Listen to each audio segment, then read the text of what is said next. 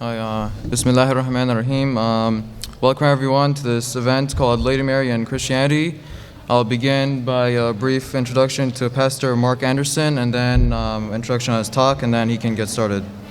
So Pastor Mark Anderson graduated with a bachelor's degree in mechanical engineering from Milwaukee School of Engineering, and then he moved to Eastern Europe and studied for 4 years, and he met his wife there. And then he moved back to Milwaukee and very quickly started to meet people from all over the world.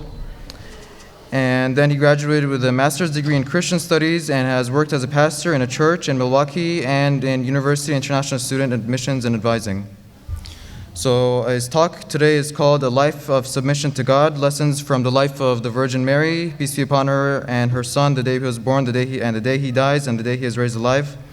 He will start off by giving a brief overview of biblical history leading up to the life of Mary and the birth of Jesus. And then talk through what the Bible says about the Virgin Mary and look at what lessons we can apply to our own lives about living a life of submission to God. So, Mark Anderson, you can start. Well, thank you very much.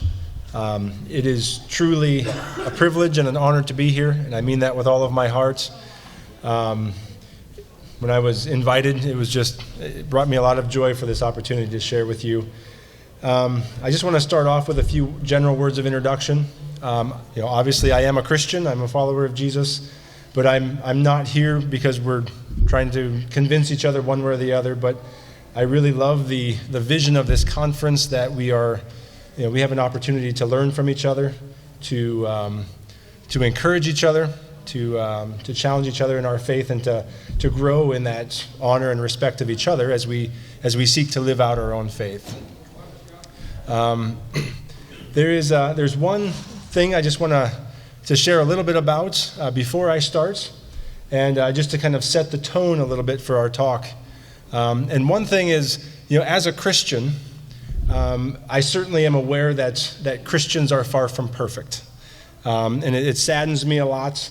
I know that I've experienced it myself, having worked with a lot of Muslim international students and knowing a lot of Muslims in this country, and I've seen the way that sometimes even Christians have responded to Muslims out of fear and distrust and suspicion rather than love and rather than service. And so I just wanted to start off this conversation today, this talk, by asking for forgiveness on behalf of Christians, because that is not the way that we should live. And I'm hoping that me being here, that this opportunity to share will help to break down some of the walls that have been built and to build bridges instead. So thank you. Again, it is a privilege to be here. And one thing that I can say is I have learned a tremendous amount from the Muslim friends that I have of what it means to be hospitable and what it means to be kind and welcoming. So I thank you for that. So we are going to go and spend some time looking at the life of the Virgin Mary. And as a good engineer, I don't know if you guys know engineers, but we joke that we like too many details. I'm going to go back to the beginning, back to the very beginning. And so I do have some very basic slides just to kind of give an outline for the talk today. But if we look at the life of the Virgin Mary, I think everybody knows that America right now much of the world is celebrating Christmas, which is the birth of Jesus. And the Western calendar, the Gregorian calendar that we go by here in the United States, the year 0 is approximately the birth of Jesus. So Jesus would have been born about 2,021 years ago. And so that means that the events of the life of Mary that we're going to speak about today would have taken place, again, a little bit before that, and then in the early years of the life of Jesus. So, a little 2,000 plus years ago. But many years before that, in the very beginning, the Bible begins in the book of Genesis, chapter 1, verse 1. The very beginning, it says, "In the beginning, God created the heavens and the earth." Now, I'm going to establish the setting. I think it's very important as we look at the life of Mary, of just the overall history of the Bible leading up to Mary's life and to the birth of Jesus. And so in the beginning, God created the heavens and the earth. And on the earth, God created a garden. He created a garden in the land of Eden, and he placed Adam and Eve in that garden. And now that was a place of great fellowship between humans, between Adam and Eve and God. Certainly God was not physical, but God's presence was there in such a way that Adam and Eve were able to have a very good relationship with God, a very close relationship with God. But there were some unexpected things, at least unexpected from my perspective, that were in that garden with Adam and Eve. It was a paradise, but yet in the middle of that garden, there were two trees. And one tree was what was called the tree of life. And we learned that if Adam and Eve would have eaten from that tree of life, they would have lived forever. But next to the tree of life, there was a tree that was called the tree of the knowledge of good and evil. And it was about that tree that God commanded them. He said, "You are free to eat from any of the trees in the garden, but you must not eat from the tree of the knowledge of good and evil. For when you eat of it, you will surely die." So this idea that there was one command that Adam and Eve were to live by, and that was not to eat this one tree. So there was a choice that they had. They could have eaten from any of the trees in the garden. They certainly could have eaten from the tree of life. But there was this one tree.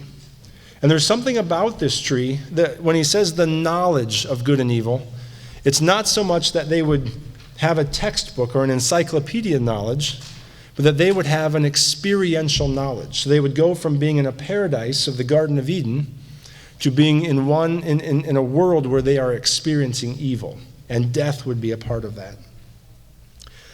And so, as the story goes on, there was one other thing in the garden that is also a little bit unexpected, because Adam and Eve are in the garden, they're near the tree of the knowledge of good and evil, and there's also a serpent that is there. And it says of the serpent that the serpent is crafty, the serpent is shrewd. And so already there's this animal that has in some way given itself over to the power of evil, to the power of Satan. And this serpent comes up to Adam and Eve, and especially to Eve, and he challenges her understanding of who God is. The serpent says, "Did God really say not to eat from that tree?" And he went on to say, "I'm telling you that you will not die if you eat of that tree." So he's trying to create the seeds of doubt in God. He was trying to challenge what Adam and Eve knew about God's goodness and to say that God was holding something back from them. And in the end, Eve takes of the fruit and she eats. She gives some to Adam, and Adam also eats. And immediately, they do not die immediately, but immediately brokenness and the process of death begins. Because now Adam and Eve have disobeyed a direct command of God. They've broken that relationship with God. They've broken the relationship with each other as they blame each other for the problems that they experienced. And they begin to see the brokenness with the environment around them as well.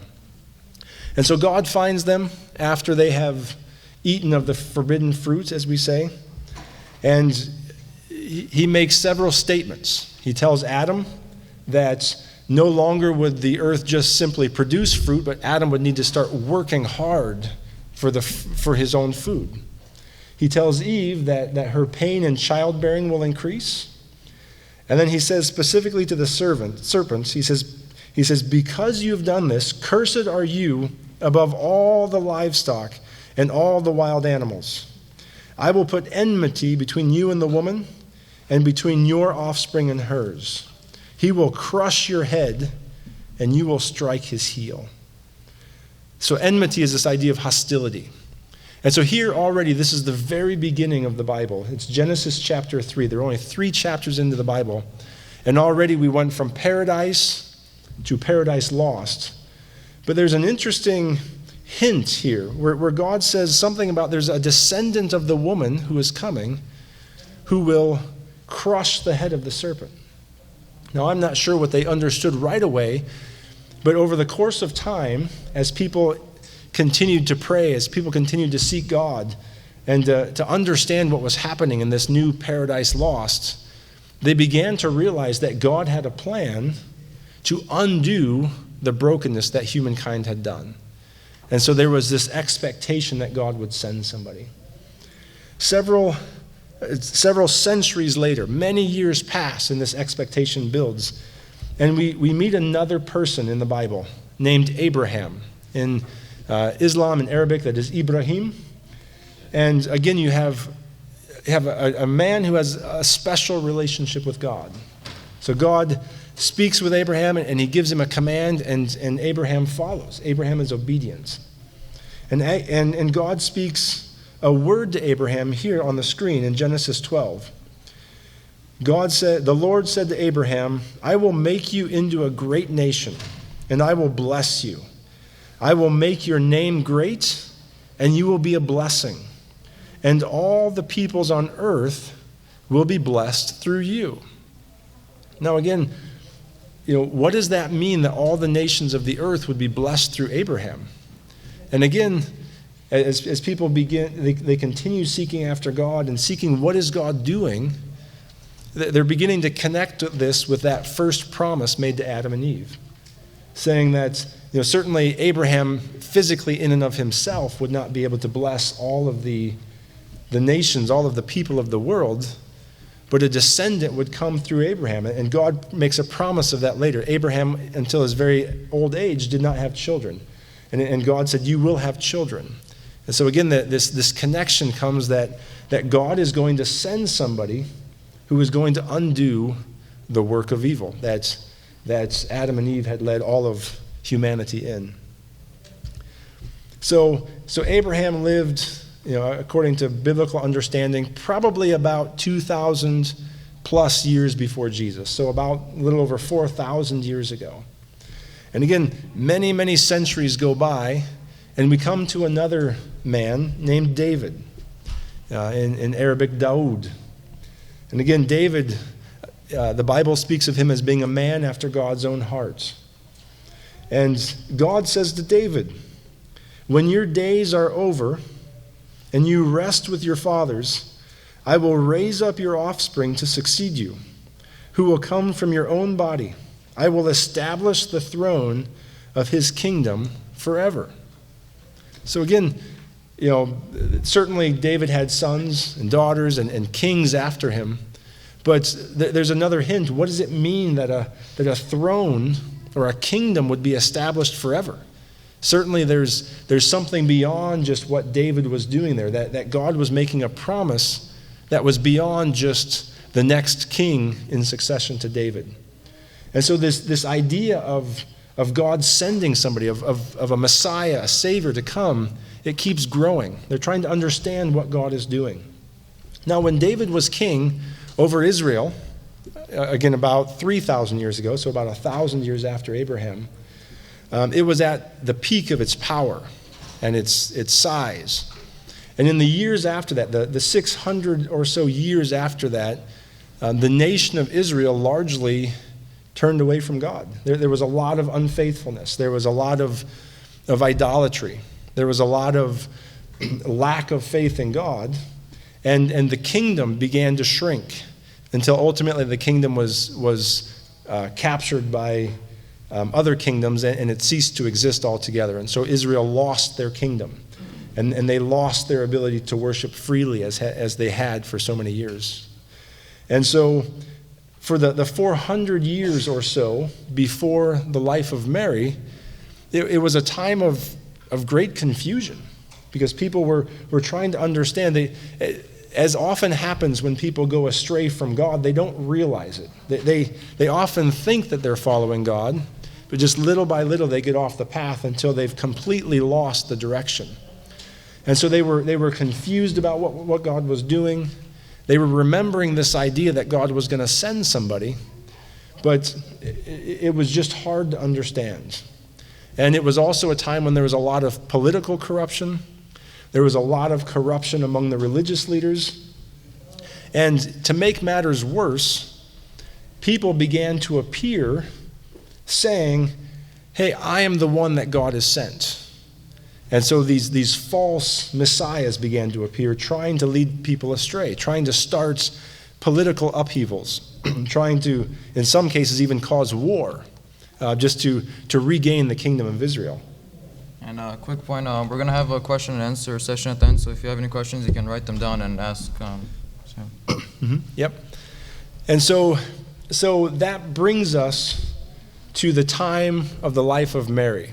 And the reason I say all of that is because it was not a simple life. It was not one where, she was just expecting something to happen. It was not a time where there was great and tremendous faith among the people of Israel, among the Jews. And so she was really a standout type of person, a personality that was very different than most of the people around her. So we come to Mary at about the same time. This is about 6 months before the angel appears to Mary. The angel Gabriel first appeared to somebody else. And he appeared to a man named Zechariah. It says in Luke chapter 1, now this is already in the New Testament, the angel said to him, "Do not be afraid, Zechariah. Your prayer has been heard. Your wife Elizabeth will bear you a son, and you are to give him the name John." So we read in the Bible that Zechariah and his wife Elizabeth are, again, in some ways like Abraham, they're very old, well past the age of childbearing, and they have no children. And so that is a desire of their heart. They've prayed for it, but they have no children. And Zechariah is a priest. And so one thing that happened for the priests is they would leave their home and they would travel to Jerusalem and they would serve in the temple for a period of time, and then they would go back home. So Zechariah went to Jerusalem to serve in the temple, and while he was there, the angel Gabriel appeared to him. And that's when he spoke these words, "Do not be afraid, Zechariah." And now, again, in contrast to Mary, here is an elderly man. The Bible says that he walked faithfully with God, but his response to the angel was, "How can I be sure of this? How can I know? How can this be possible?" He says, "My wife, myself, we are old. We cannot have children." And then we know from the angel's response that truly Zechariah's answer was one of doubt. He did not believe it could happen, that in his old age he could have this child. And so the angel said, "As a result, because you doubt me, you will be unable to speak until these things take place." And so Zechariah literally loses his ability to speak. So he finishes up his service in the temple, and he goes back home, and lo and behold, his wife does become pregnant, and on the day that they name him John, his speech comes back and he praises God. And so this John is who the Bible calls John the Baptist, who in Arabic is Yahya. And the angel Gabriel said Yahya would go before the promised one. So he would be immediately before the Messiah would arrive. And so suddenly, there's even more excitement that what God is doing is about to happen. But it was while Elizabeth was 6 months pregnant that the angel Gabriel actually appeared to Mary.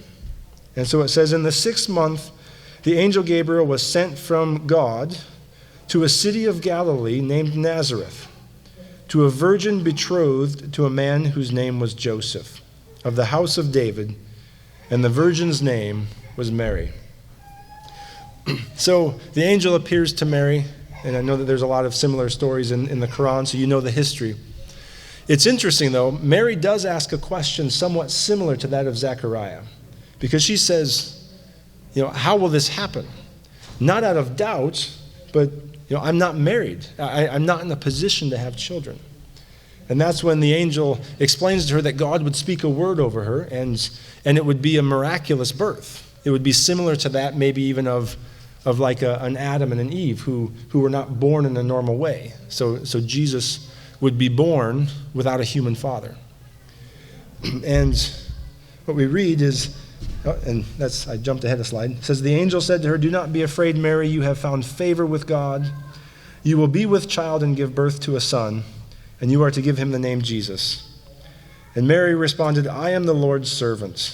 May it be to me as you have said."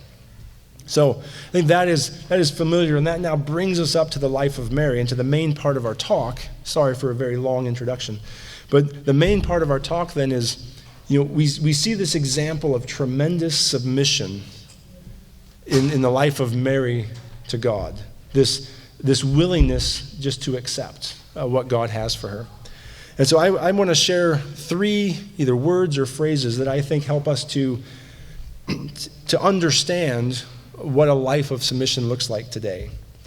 And so the first one is, it would be the word faith. Everybody would say, Mary had tremendous faith in God. I want to adjust that slightly just to account for American culture sometimes. I know that we're a very diverse audience, but it's very common, at least that I found in my experience, that people say faith, and what they understand is like a mental agreement. Okay, sure, I agree, I'm fine with that. And the faith of the Bible, and I think the faith of Islam is much more than a mental agreement. It's a whole life commitment.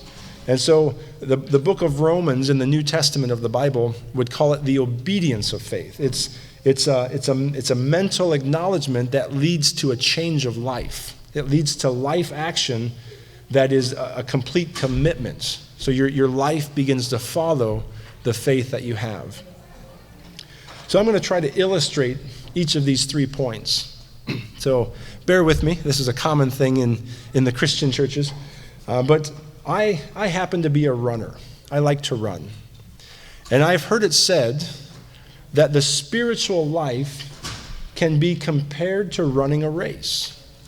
Now, not at all like a short distance race, nothing against any sprinters who might be in here, but it's not about a short race where everybody is just competing to win, but it's much more like a marathon, a very long race where the vast majority of people are in it not because they're trying to win, but because they're trying to finish, and they're trying to finish well. And if you want to run a marathon, 26 miles, 42 kilometers, it's a very wise idea to have a plan, to have a training plan. How are you going to get ready to run this race? And there's a lot of training plans out there, but it's interesting because people approach the preparation and the training in very different ways. I've seen some people, they take the plan and maybe they just ignore it, or maybe they look at it and it's like, well, the race is a long ways out. I've got plenty of time. I don't need to start training yet. Or maybe they don't even take the time to get a plan. They just say, I'll run a little bit here and there, and when the time comes, I'll be ready for the race. There are other people who, they get the plan, and they say, I know better than the plan. I'm going to adjust it and modify it. I'm going to work harder than the plan, and it's going to make me better. I'm going to run faster as a result. And in both of these cases, ironically, what often happens is when the actual marathon is about to start, literally over half of the people who sign up for the marathon don't even show up to the starting line because either they haven't trained, and so they're not ready, or they thought they knew what they were doing and they trained too much and they got injured. And so for whatever reason, the start of the race comes and they're not even at the starting line. Other people in both of those categories start the race, but they're simply not able to finish because, again, either they're not ready or their body just gives out too soon. And some people actually do finish, but it ends up being a tremendous effort and it comes with a lot of pain because they're not in a good spot to run the race. And I think that there is a lot true that we can learn about the spiritual life and especially about the life of faith, the obedience of faith, if we look at that. Because God has given us a plan. He has told us how he wants us to live. And whether it's among the faithful or among those who are not faithful, there's a lot of people who either ignore the plan, or there's a lot of people who maybe look at the plan a little bit and think, I really don't have the time, I don't have the effort, I don't have the strength. And so they really don't put much effort into the plan. And there are other people, and this might sound funny, but it's true, there are other people who would say, I think I know better than the plan. And why it might be hard to recognize some of those people sometimes, especially when it's God's plan. There are a lot of people who they take God's plan and they overwork it, so to speak. They in trying to make themselves acceptable to God, or just in a good spot before God, they go overboard. And what typically happens to them is it ends up being much more about a show of who they are rather than a matter of what's on the inside. So they're trying to gain other people's approval rather than God's approval. And also what often happens is God knew what he was doing when he created the plan. And so people who try to modify the plan or overdo the plan often succeed in one area and fail miserably somewhere else. Maybe they're faithful in one area, but they end up being mean to people somewhere else, or they simply run out of kindness. Or they're faithful in one area and they run out of time that God asked them to commit to things in somewhere else. So again, it's the obedience of faith is about sticking to the plan and trusting that God knows what he was doing when he gave us the plan. So as we go on, I'm guessing that all of us in this room, we're here because we want to know God more. We want to seek after God. We want to live a life of obedience. And I'm thinking that if God appeared to us and said, I want to use you to bring a great prophet into the world, a great person, a Messiah into the world, that we would say, well, yes, I definitely want to be a part of what you're doing, God. Please do use me. But it's interesting because as I think through that and then I begin to read about the life of Mary, I realize that I would be thinking that life is going to get great. I've got a great relationship with the Messiah, with the Savior. Things are going to be very good. But what we actually see happen is actually quite the opposite. Because Mary accepts what God is doing in her life, but then she immediately enters into a whole series of trials. So life, quite far from suddenly getting easy, suddenly being a walk in the park because she's being obedient to God, it actually gets more challenging. And one of the ways that we see that is that there are very few words that were spoken specifically by Mary recorded in the Bible. So there's a lack of those words, but I think it shows us her character. Because what happens is Mary finds out from the angel of what's going to happen, and then at some point, again, we're not given privilege to see that first conversation between Mary and Joseph, but when Joseph learns of what is happening, it says, because Joseph, her husband, was a righteous man and did not want to expose her to public disgrace, he had in mind to divorce her quietly. So this is from Matthew chapter 1, verse 19. So Mary accepts what God has for her, but Joseph is not convinced. Joseph is engaged. They are waiting to get married, but he is not convinced that what Mary is saying is true. And so he actually is planning to divorce her. And so what I think happened in this situation, in this scenario, was, it was more about what Mary did not do rather than what she did do. Because if it was me, I know this is something that is common, unfortunately, among Christians, but she could have said, well, God, you did this to me. Why are you now breaking off my marriage? Why are you letting this happen to me? So she could have lashed out against God, saying, God, this is your fault. But I don't think she does that. She could have also gone to Joseph. Now, I don't know if, I'm assuming that you guys are everything is great and you would never do this, but to go up to your husband and say, what's wrong with you? Why can't you listen to what God is doing? Why can't you believe the revelation that he's given to me? But again, I don't think she did that. And if she had done that, I don't think it would have helped. Am I right, men? So we see this idea, the second word that I want to say, and that's surrender. So Mary does not lash out against God. She does not lash out against Joseph or anybody else. But I think what she does say is, God, you've brought me into this. What are we going to do to get out of it? And now I think she could have said, God, you brought me into this. What are you going to do to get me out of this? And that's not what God's asking for, because he's asking for us to go with him together. And she could have also said, God, you got me into this. I'm going to get myself out of this. And that often turns out to be bad. And so instead we see Mary saying, God, I'm in this with you.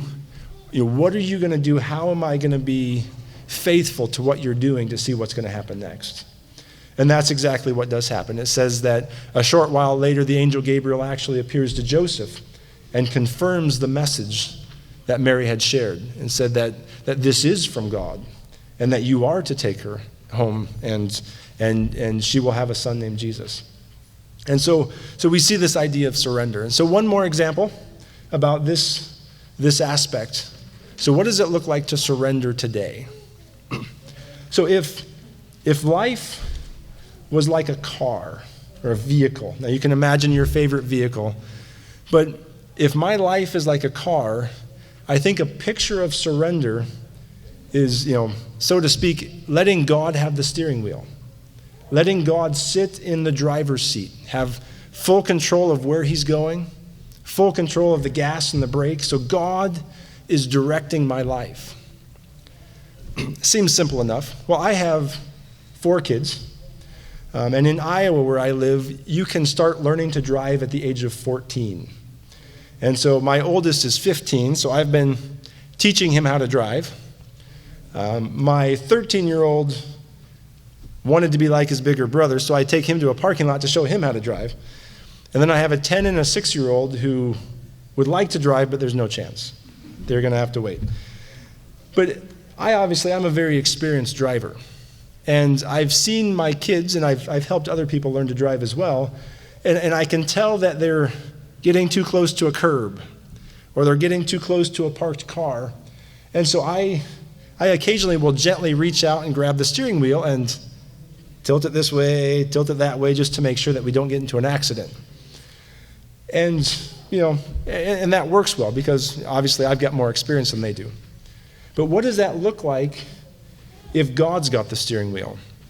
Because I think this is more common than we would like to admit, where I say, God, you're driving my life, but I think I'm going to help you turn this way, or I would rather you turn that way, or you're going too fast. The English phrase is, I'm a backseat driver, right? You're in the driver's seat, but I don't fully trust you to drive. And so I think it's a common thing where we try to help God drive our lives. Now again, not that we do this on purpose, but in the end, are we doubting? Do we doubt what God's doing? And I know that if I were in Mary's position, having just said, God, I'm ready to give my obedience to you, and then my life began to fall apart, I think my response might be, God, I think you're going the wrong direction. And this is where God calls us to surrender and say, actually, just trust me, because I do know where I'm going, and if you can just ride with me, I'll get you to the place I'm taking you. So the third, and this is small, the third aspect of surrender that I want to go through briefly. So life was difficult to begin with. Mary had to navigate a difficult start to the relationship with Joseph before God intervened and brought them back together. But the difficulties did not end there, because while Mary was still pregnant, what happened in that time period is what they call a census. So the government said, we're going to call everybody to go back to your hometown, and there you will have to be counted, just to see what the population was. And so Mary and Joseph, with Mary being pregnant, had to travel a long distance by donkey, by foot, to go from where they were at in Nazareth to Bethlehem in Judea, where they were to be counted. And if you've looked around at the Christmas decorations, one thing that you see other than lights is what they call a nativity scene. And typically what that shows is a structure that looks a little bit like a barn. You have Mary and Joseph, the baby Jesus, and then you have animals. Kind of a strange place for a birth, you might say. But the way the story goes is that as Joseph and Mary, they arrived in Bethlehem, it says that there was no place for them to stay. And that's what this verse is about here. So let me read this for us. It says, Joseph went up from the town of Nazareth in Galilee to Judea, to Bethlehem, the town of David, because he belonged to the house and line of David. He went there to register with Mary, who was pledged to be married to him and was expecting a child. While they were there, the time came for the baby to be born, and she gave birth to her firstborn, a son. She wrapped him in cloths and placed him in a manger because there was no room for them in the inn. And so likely what happened, and see, like again, I know a lot of Middle Eastern people, a lot of Muslims especially, and you guys have showed me tremendous hospitality. So I know that this is not normal, that they would arrive to Bethlehem and receive no hospitality. And I think what happened there, I mean, certainly there were a lot of people traveling for the census, but I think what happened was, so a lot of people did not believe the message that Gabriel had given to Mary. They assumed that she was pregnant out of unfaithfulness to Joseph. And she bore that stigma much of her life among those who were closest to her. And so they were going from Nazareth to Galilee, or to Bethlehem, and they would have had relatives in Bethlehem. And so my guess is, knowing something about Middle Eastern hospitality, is people said, no, we are not going to be hospitable because of the lifestyle that you're living, because they did not believe the message. And so what ended up happening, the only place that they could find for Mary to give birth was literally something that more resembled a barn with animals. And Jesus was laid, a manger it's a feeding trough. It's a wooden box where you would place the food for the animals. And that was where he was laid after he was born. And so, again, having 4 kids and knowing something of the pregnancy and the birthing process, I'm sure that was not what Mary had in mind when she agreed to what God had said would be her future. But yet she continued to surrender. She continued to trust, and she allowed God to meet her needs in very difficult circumstances. And not only that, they didn't finish there either, because a short time after that, there were some who believed, and they began to spread the message that they thought that the actual Messiah had been born. And that message got to the ears of the king. His name was King Herod. And he became jealous. He did not want there to be a rival king. And so he sent his soldiers to seek to kill Jesus. And to make sure that he killed Jesus, they sought to kill all of the children just to make sure that they didn't miss. And it says that Joseph was warned in a dream, again by the angel. And Joseph and Mary, with the newly born Jesus, fled to Egypt, where they stayed for a time. We also know that Jesus was born into poverty, because when the custom of the time was that when you had your firstborn son, you would offer a sacrifice. And Mary and Joseph offered the smallest sacrifice that was allowed, presumably because they had nothing more. So it was a life of trial after trial after trial. And so that's where this third word comes in, and that is dependence. So just these last 1 or 2 thoughts here. The reason God is calling us to faith, to the obedience of faith, to trusting him and to following after him. And I can tell you for sure that when you enter in on a life of the obedience of faith, there will be trials. And we have to surrender to God, knowing that he knows what he's doing when he leads us into those trials. And then in the trials, we learn dependence. Because what happens then is we realize that we cannot do it in our own strength. And so the result is we go into each trial saying, God, I can't do this on my own, but I know you can. And so with you, we're going to make it. And one last thought about dependence. So if we go back, we are even dependent on God for the faith and for the surrender. So these 3 are very much intertwined. And so what we see at the end of Mary's life, or when Jesus is already an adult, Mary had been invited to, and this is just a very, very basic example, but before Jesus had done any miracle, Mary had been invited to a wedding feast. And Jesus and some of his followers were also there. And, again, something not earth-shattering, but at the wedding feast, they ran out of the drink. So they had nothing to serve their guests. And it's interesting because, like I said, there are so few words of Mary that were recorded in the Bible. But when they get to this place, and they're in a place where the bride and the groom are about to have a catastrophe because their big day is about to be ruined, Mary has already developed that trust that God will always make everything work. And so she turns to the servants at the wedding feast and she says, Jesus will tell you what to do, just do it. And that's exactly what happened. Jesus gave them instructions, and his first miracle was at this wedding feast, turning a disaster into something that most people didn't even realize had happened. And Jesus began to show his glory in the miracles that he was able to perform.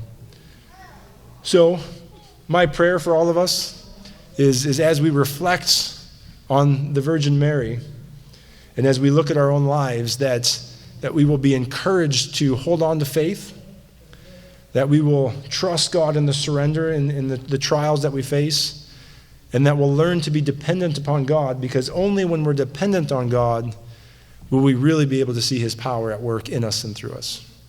So again, thank you for having me here.